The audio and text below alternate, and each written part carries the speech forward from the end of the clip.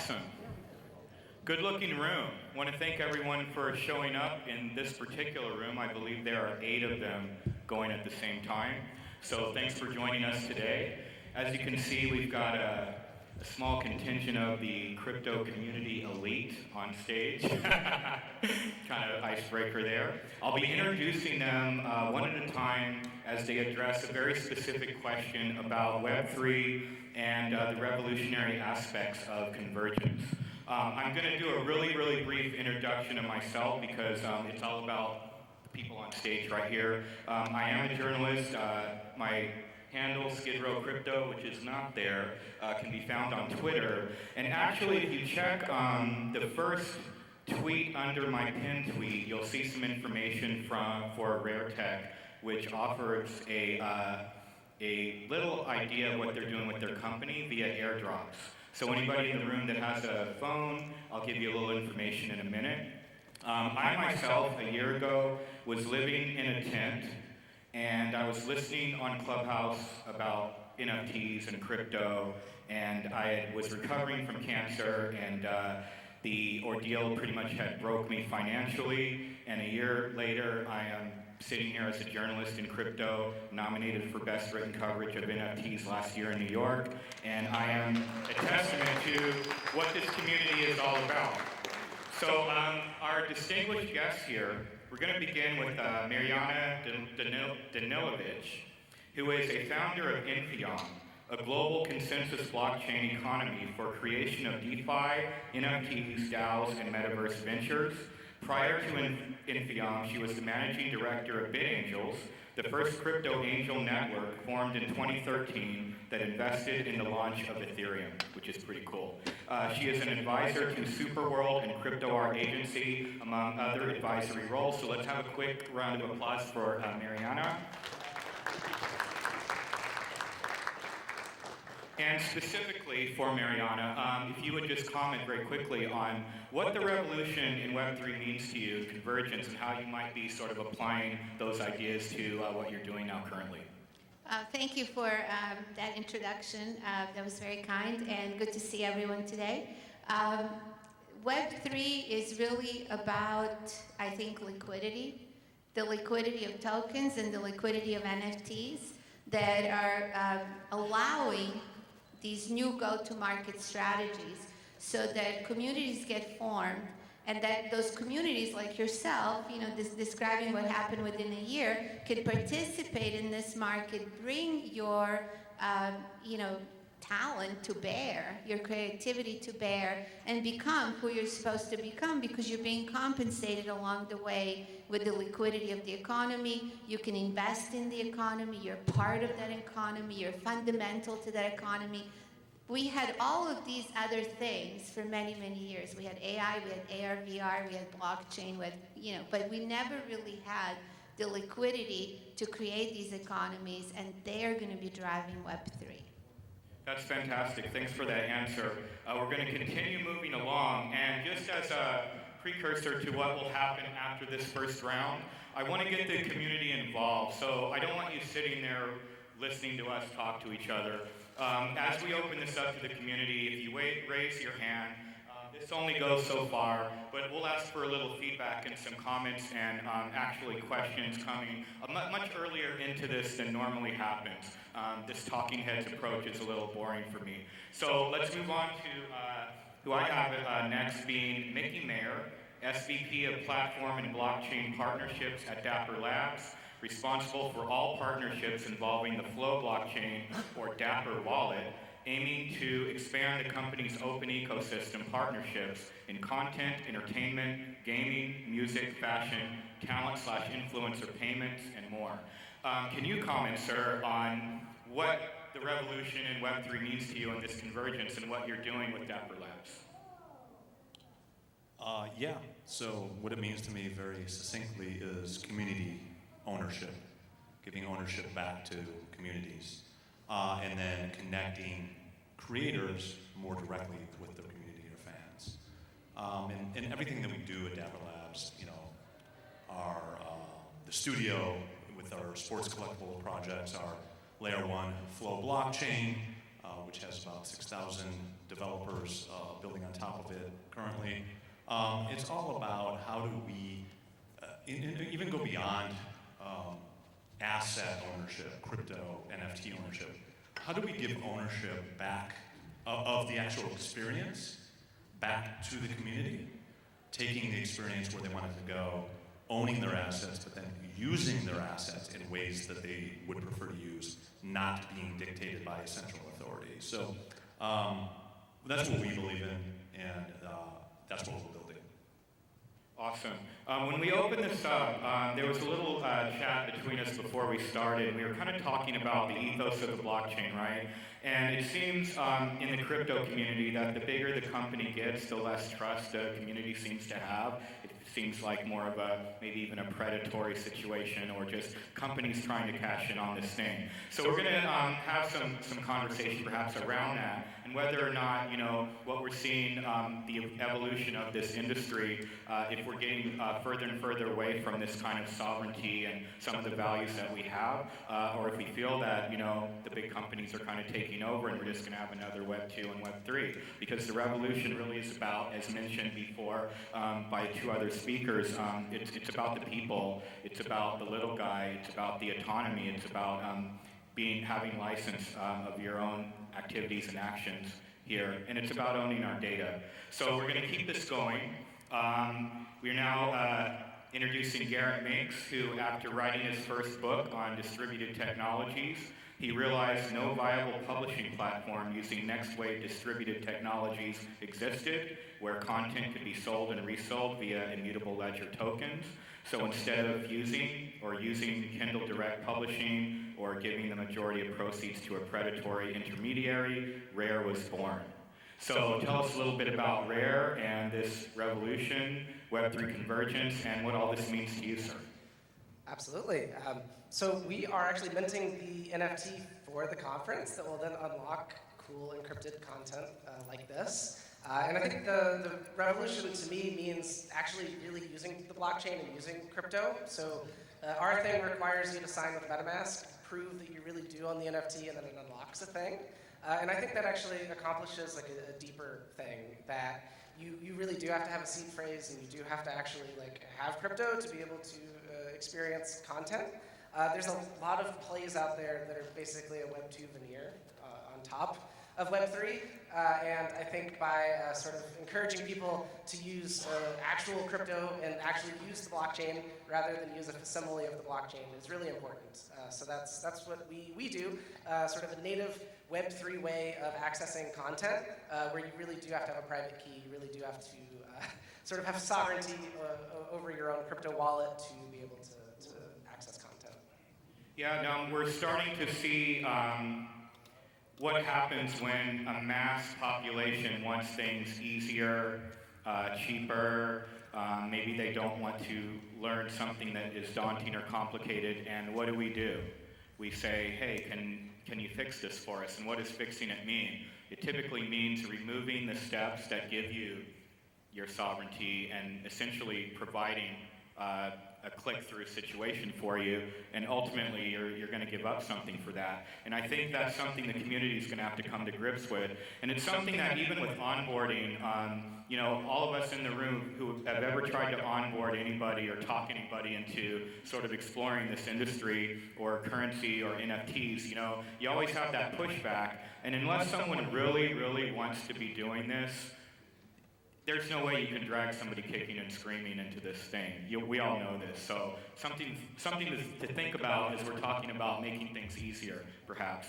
And we'll do a round of applause after our last introduction, who is Dorian Banks, an international serial entrepreneur, having started dozens of businesses in Europe, Africa, Asia, and North and South America. For over 25 years, he has primarily worked in the tech, agri-tech, and blockchain sectors. Mr. Banks primarily works to identify up-and-coming trends, develop a business model, and turn the idea into a successful business. So let's have a round for the last three people that I just introduced. And Dorian, you seem pretty much like a freelance opportunist in this space, not necessarily attached to an entity as your identity. So would you like to address this issue now? Yeah, I won't cover some of the pieces that have already been handled because I do believe in a lot of what's said, and part of my answer's been rugged under me. So what I will say is a big part of Web3 and the space we're all entering here that's really important to me is the democratization of what we can all do. We don't have to be in a Web 2 wrapper fighting and giving away our profits and revenue and our community to these behemoth companies. We can now take control of it ourselves. We can build our community. Our community can go for the ride along with us. They can also profit from it, hopefully, and they can be part of it the whole way. And I find it extremely empowering. The projects we're working on are just revolutionary, going up against the Paramounts of the world and the Disneys of the world. And I love that we can do that without going out and getting VC capital if we don't want to. We can have our community participate with us financially. Awesome.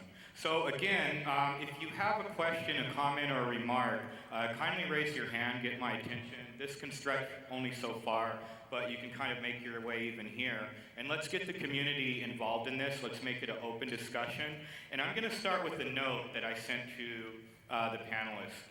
It says, the core value of blockchain is to define rules in cyberspace with smart contracts. If the Web 2 world is the king of the giants for the rules, then the Web 3 world is to break all the rules, release the productivity of global developers, and usher in the self-growth and self-evolution of the Web 3 ecosystem. So firstly, can we have a comment on that from someone on the panel? We'll just kind of go to a popcorn style now. Yeah, I think it goes back into something you said earlier, and something sounded like this, that are the large companies, are companies, organizations getting into space and just in it for a money grab? It is kind of like the value of NFTs launching in the market is that kind of over, something like that. And it struck me because, we've been doing this, Dapper Labs, for 4.5 years, and really what's happened in this space over the last year is surprising to us almost.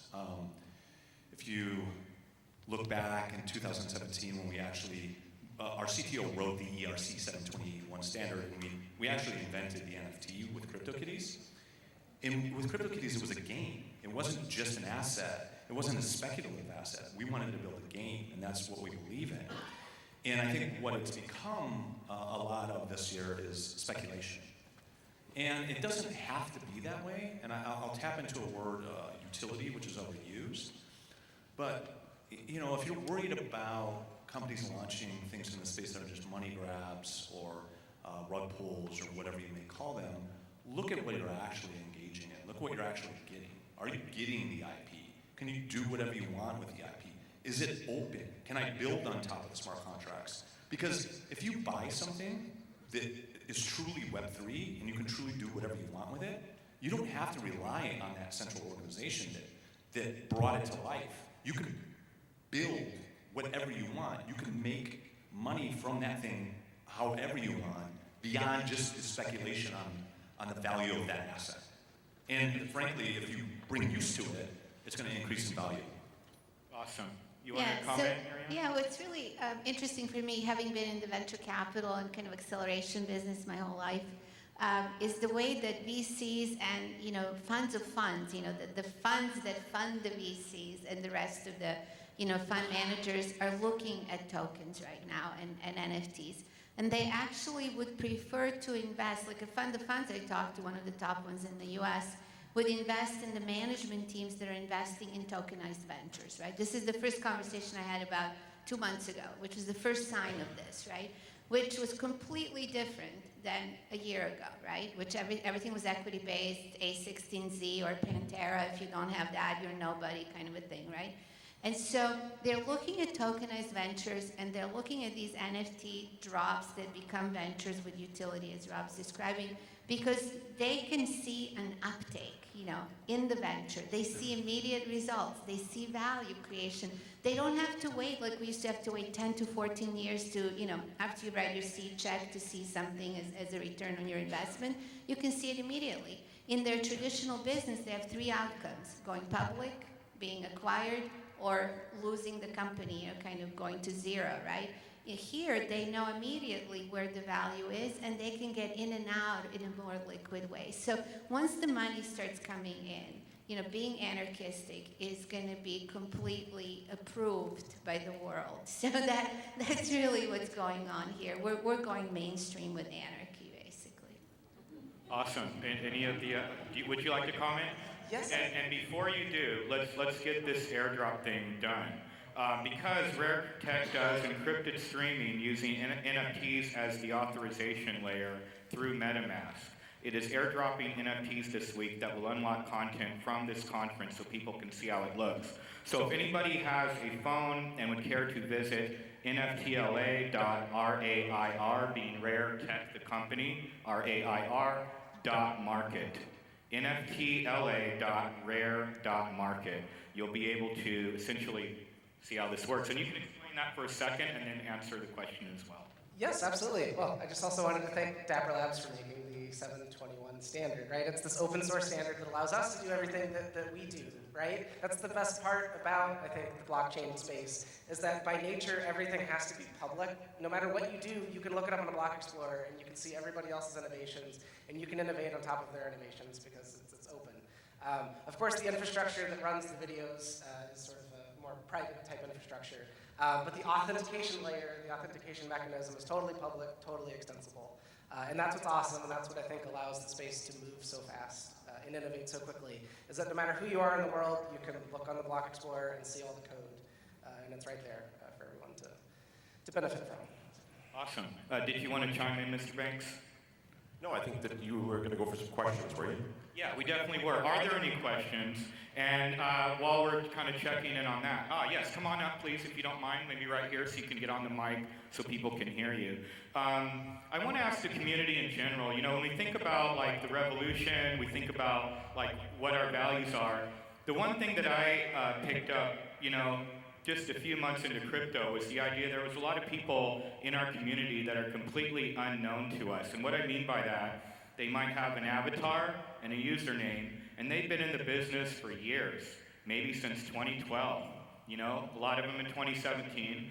But the interesting thing is we've grown to know these people to such a degree that we conduct business with them even, without formal contracts, and things are working out great. On the other side, we have a lot of rug pulls happening where that lack of doxing means someone can act with impunity in our community and essentially take from our community and just run. And if we, slam and shame that username, what keeps them from just reinventing themselves as a new username? So I'm curious how valuable this idea of KYC, not being forced to reveal your identity, what that actually means in this community, and moving forward when we talk about safety, does that then compromise our this revolutionary aspect of being anonymous by choice? And you have a question, ma'am? Hi. Thanks. Mickey, you had said something. You said something about when a person buys an asset and then they give it use, they extend some type of use to it and they add the value. I was wondering if you could give me an example of what you're talking about. Yeah, of course. CryptoKitties is a great example. CryptoKitties is a simple cat art project that has, each cat has genetic makeup called cattributes, the 13 genetic markers. And cats were sold like they're auctioned off as NFTs are sold or auctioned today. And there was a game mechanic in the middle. The game mechanic was a breeding mechanic. So if I had a cat, you had a cat, we bred them together, it would pop up a new cat. The kitties were valued in a few ways. One was scarcity or exclusivity, and another way was how well they did in the game. How, what was their offspring? If this type of kitty had good offspring and was valuable or not.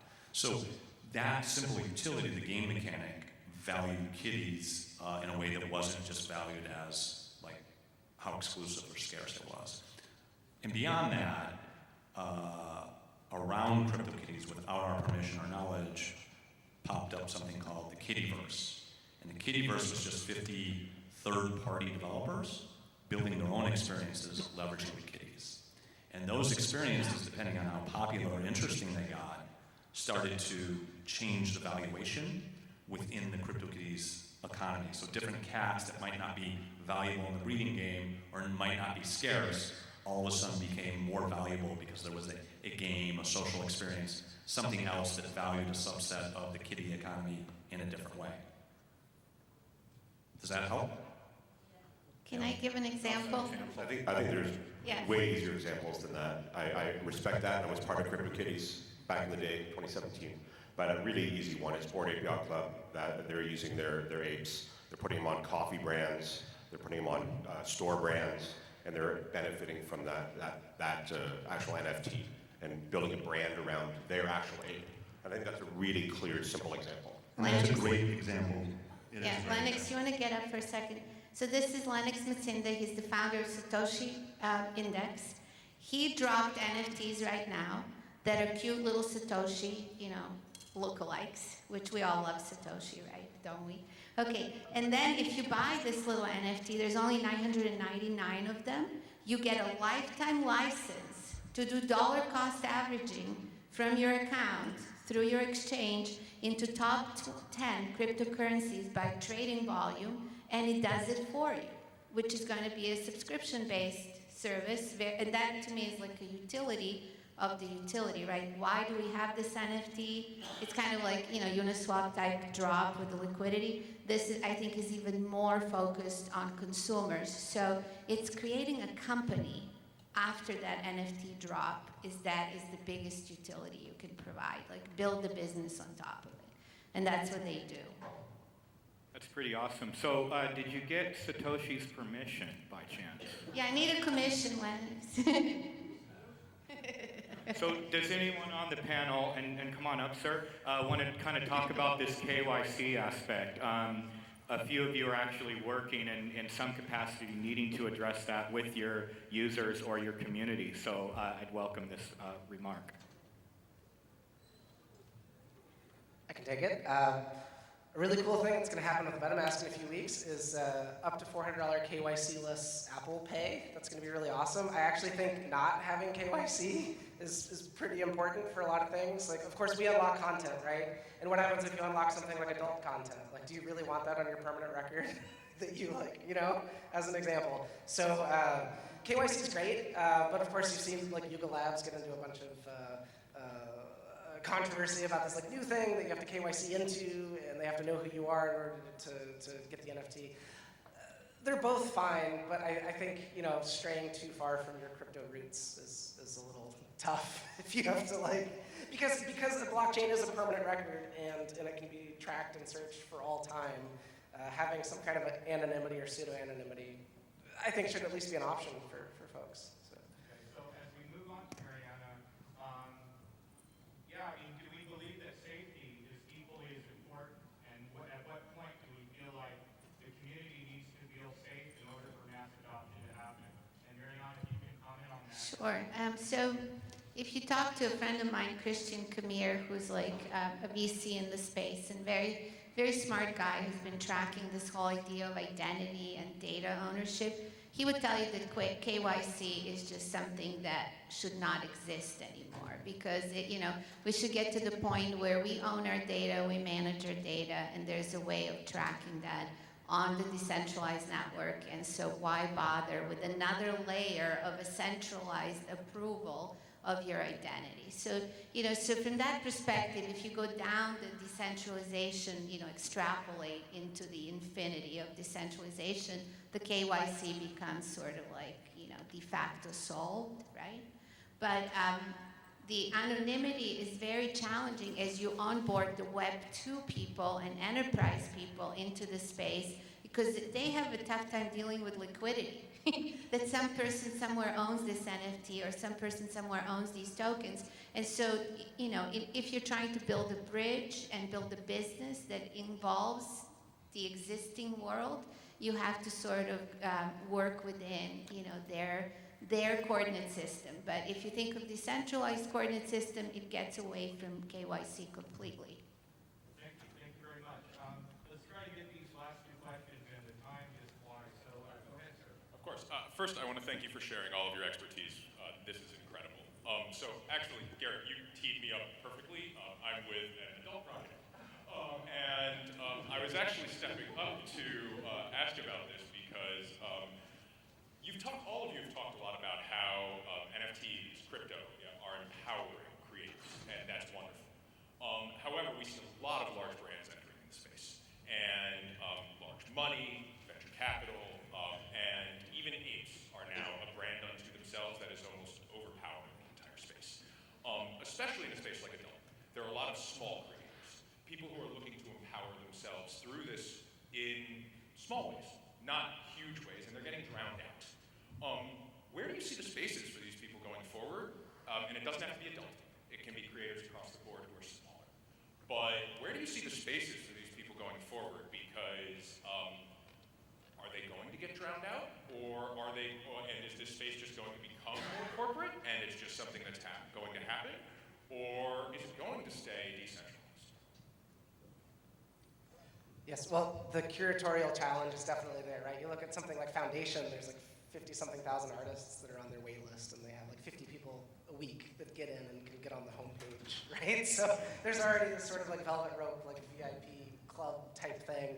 And I mean, that's just content in general, right? Like the less than 1% of the eyeballs are getting 99% of the views, and vice versa, right? So yeah, I mean, if anything could help, you know, it would be distributed systems, because you have direct distribution. If you have an audience and you can build an audience, nobody can tell you no, and then you can serve that audience in like a permissionless, censorship-resistant way. I don't know if it's like the panacea that would just like magically solve everything and like, you know, do this like democratic distribution, but at least it's better. It's a better tool set, I think. It's better infrastructure to do it. Yeah, I agree with that. I don't think you can, in the world, solve something, or you can completely democratize something. But this gives the ability back to those small creators to be able to do something without a central authority, build a business, fractionize their likeness, come together as a community, and try to bring that power of creators into a community and build that business on top of this decentralized open technology. So discovery is always going to go to the 10%, the 5%. There's no way to truly democratize and make equal distribution, but I think the tools here at least give the creators a fighting chance, where right now if they want to go to Instagram or a central authority, they're going to be drowned out immediately by a central authority and they have no chance. So at least here they can band together, create something, and have a fighting chance. I really think the bottom line here is that we know that all of these brands are going to enter this space, whether we like it or not. We can't stop them. It's Web3. You can't stop this stuff, right? And they're going to come along by buying Artifact or buying something else, or creating it themselves, like the Pepsi mic drop, and they go out and do their own drop. There's going to be space, I agree. There's going to be space for everybody who wants to participate in the Web3 arena. And we're a very small company. We're 40 employees. And we're filming a digital TV series, a sci-fi series, live action, with A-list actors, all going for their lowest pay possible. And as soon as the news came out, every streaming service called us, to try and license it. Then they heard we're coming to LA, then they want to meet us. And so you're also going to get interaction between those big brands, those big companies, and us small guys. You're going to get interaction, not necessarily a buyout, but you'll have interaction, I think. Awesome. So before we take the last few questions, I want to make sure that we give credit to the panelists that are here.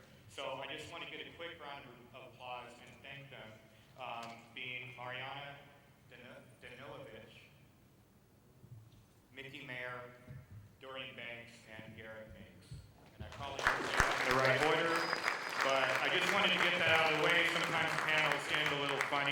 So let's thank them. And I would encourage you to follow them on Twitter. I don't see the handles there, but they're probably pretty easy to find. And as a matter of fact, if you go to my Twitter, you can probably see their handles. You can continue the discussion yourself with them. I recommend it. Tweet them, DM them, whatever. And we'll hand it now over to Chris. Thank you so much again for you guys being here today. I guess my question was around collection size. You know, liquidity is like correlated to collection size. How do you guys go about thinking about, you know, launching a use case and, you know, with that respected use case, you know, defining the collection size when keeping in mind things like liquidity? I'm so sorry, this will be the last question. I'm so sorry. Okay, and continue. For the collection size for right now, there's only so many people in the NFT buyer's world, and we've got to recognize that. We can't pump out these massive numbers. What we've got to do is we've got to find ways to onboard new people into our world. And you can go do that via Comic-Con or some other type of group setting where people aren't into NFTs yet, and try and drag them along by bringing a product to them that they might like. So with our sci-fi series, we're trying that. We're trying to onboard new people, not only for us, but for all of us. And I think without getting those new people in, we're going to be stuck at this 10K PFP project world for a while, and we're getting up to 50,000, 100,000 of a unit outside of Dapper. It's tough. We've brought in, I think, 3.5 million new users to this space with NBA Top Shot, maybe even more now. And it's through layering on traditional credit card payments, allowing a mass market user to onboard, right? There's no way we'll reach critical mass from a mass market perspective with the current onboarding with downloading of wallets, taking down your private key, managing your wallet, gas fees, etc. So we had this hypothesis when we brought the Flow blockchain to life and we built NBA Top Shot that you were going to have to simplify it to bring more users in. Therefore, we were able to expand the number of SKUs, build larger collections, sell more. Now, it's not perfect science. This is a living product that we're always thinking about how to manage the economy, meet supply demand. I don't think anyone has 100% gauge on it yet. It's managing a live economy, but you know, we're learning every day, and we're doing it better and better every day. But I think the more users you can bring into the space, the bigger the collections you can build. Okay. Who's going to take us out, Mariana or Garrett? I just have one plug, because we have some of our development team here. So on collection size, we have a collection of 1,991 Ukrainian flag generative NFTs. We have 4 developers in Ukraine, and we're trying to support them. So we send them ETH right now, and they can use it to get housing and stay safe in Lviv, in Western Ukraine. So anyway, that's the only plug that I want to do. But 1,991, it's a cool number, right? Sometimes that's a good idea for what the collection size should be. That's the Ukrainian independent state. And they're 0.1991 ETH a piece. Anyways, yeah, Masha is the artist behind it. So All right, please take us out, Mariana. Thank you. Okay, so I agree with starting from the use case, right?